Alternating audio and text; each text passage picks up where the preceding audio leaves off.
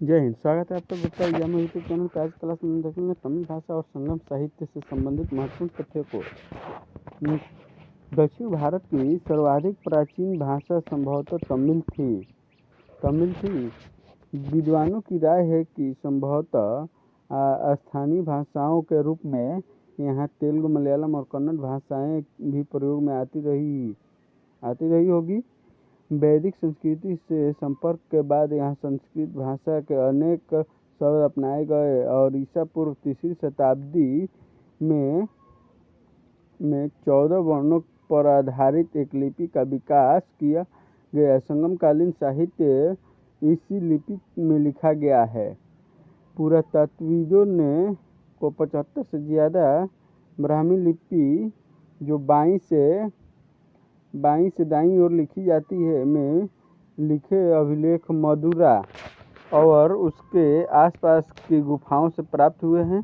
इनमें तमिल के साथ साथ प्राकृत भाषा के भी कुछ शब्दों का प्रयोग किया गया है। सुदूर दक्षिण के जनजीवन पर पहल संगम साहित्य से ही स्पष्ट प्रकाश पड़ता है। ईस्वी सन की प्रारंभिक शताब्दियों के दौरान तमिल अकादमी में संकलित साहित्य को संगम साहित्य कहा जाता है। संगम साहित्य संगम तमिल कवियों का संघ अथवा मंडल था।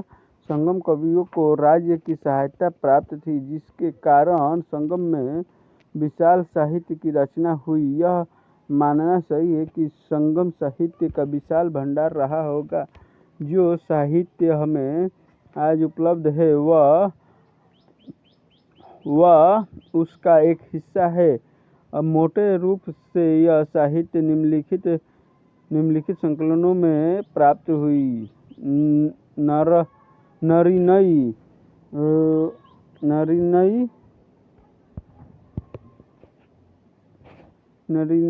कुरुनदोहई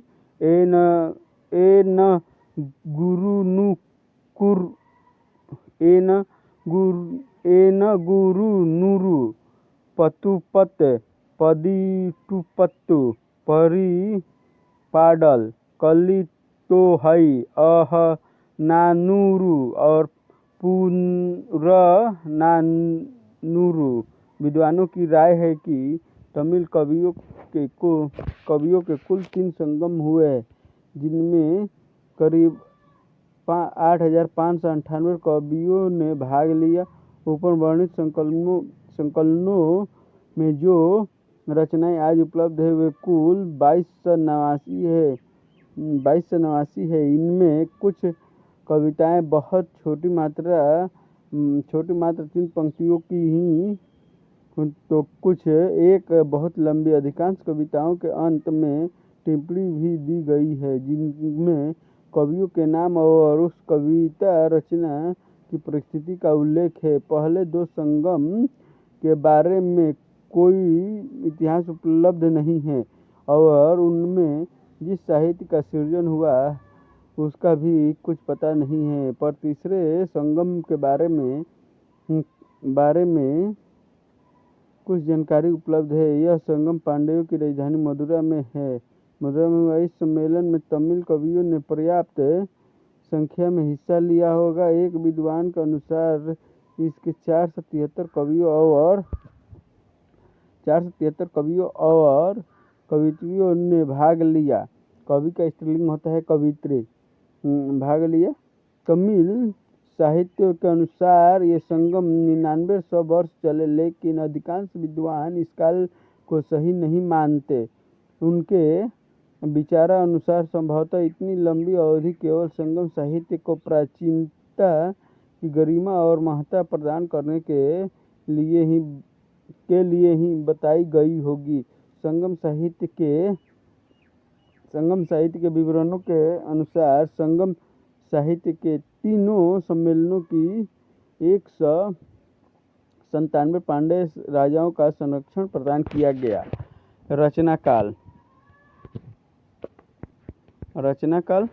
संगम साहित्य की रचना काल के बारे में विद्वानों में बहुत मतभेद है। कुछ विद्वानों की राय है कि इसकी साहित्य का संकलन 300-600 ईस्वी के काल में हुआ। चाहे इसका रचना काल कुछ भी मान लिया जाए, परंतु इसकी एक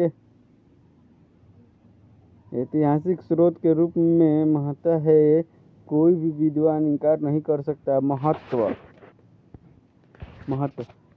संगम साहित्य एक मात्र ऐसा साहित्य स्रोत है जो सुदूर दक्षिण के जनजीवन पर सर्वप्रथम विस्तृत और स्पष्ट प्रकाश डाला है।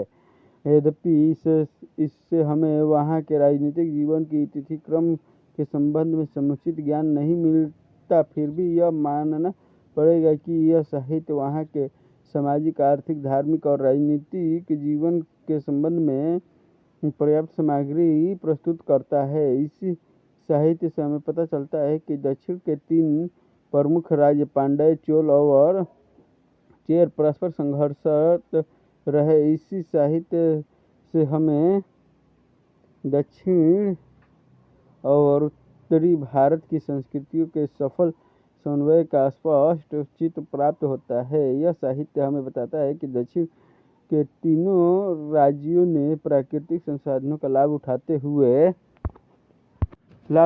किस प्रकार विदेशी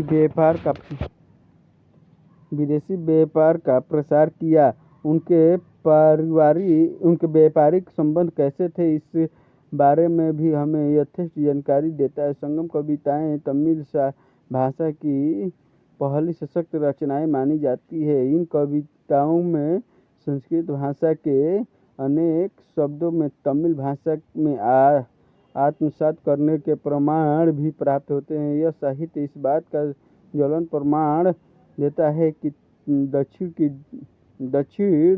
की द्रविड़ और उत्तर की आर्य संस्कृति ने परस्पर बहुत कुछ आदान प्रदान किया और देश की एक समन्वित, जिसे सामान्यतः हिंदू संस्कृति भी कहा जाता है, संस्कृति प्रदान की।